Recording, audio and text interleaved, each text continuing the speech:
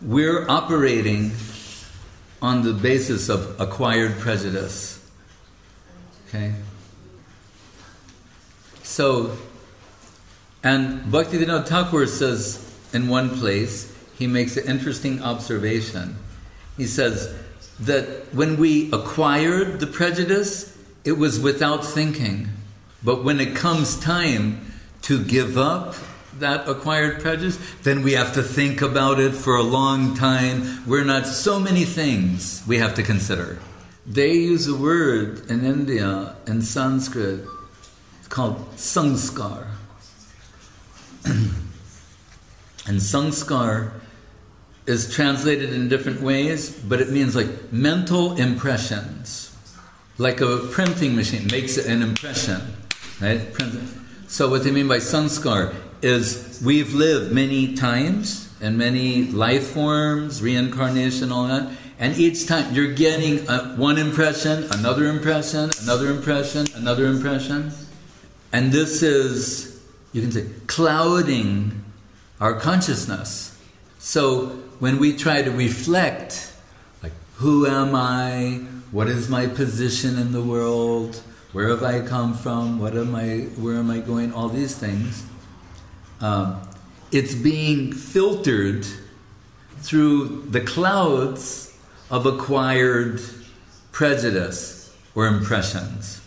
In the first verse of Shikshastakam, which is Mahaprabhu's famous 8 prayers, the first one he says, Cheto darpanam arjanam bhava maha davagni nirvapanam shreya kairava chandrika vitaranam vidyavadu jivanam anandam buddhivardhanam pratipatam punamritasvadanam param vijayate Sri Krishna sankirtanam. So in the first line they say the mind is like a mirror. We got this mirror right here as a prop. Right?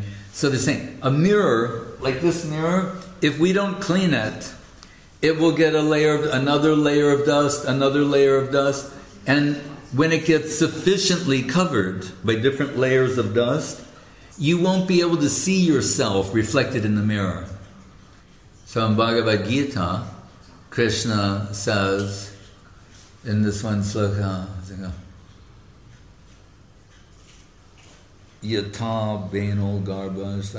He compares, we have the modes of ignorance, passion, and goodness, like as different layers or coverings of consciousness. One's like dust, one's thicker, different things. So the method to overcome acquired prejudice is to take shelter at the lotus feet of Sadhu, Shastra, Guru, and Vaishnava. So, in the most primal Guru mantra, it says, Om Jnana Timirandasya Jnananjana Salakaya Chaksuram Militam Jena Tasmai Sri Gurave Namaha. The disciple is offering respectful obeisances to the Guru, saying, my eyes were like cataracted. You know cataracts? You know what a cataract is? Old people get it very often. Like they can't see properly anymore. So in this sloka, the disciple is saying, my eyes, they have like cataracts of what? Acquired prejudice and bias. So I'm seeing everything through this bias or acquired prejudice. Then he's saying in the prayer, but you, I'm praying to my Guru, you, like a surgeon, laser surgery? That's how they do cataract surgery in the modern world. So he's saying like, with pinpoint light, with the light of scriptures and the teachings of the Guru Varga, you remove the cataracts of bias and prejudice of my eye, and now I can see things properly. And back in the Shikshastakam sloka, where they're comparing the mind to a mirror that's accumulated so many layers of dust, says Cheto Darpana.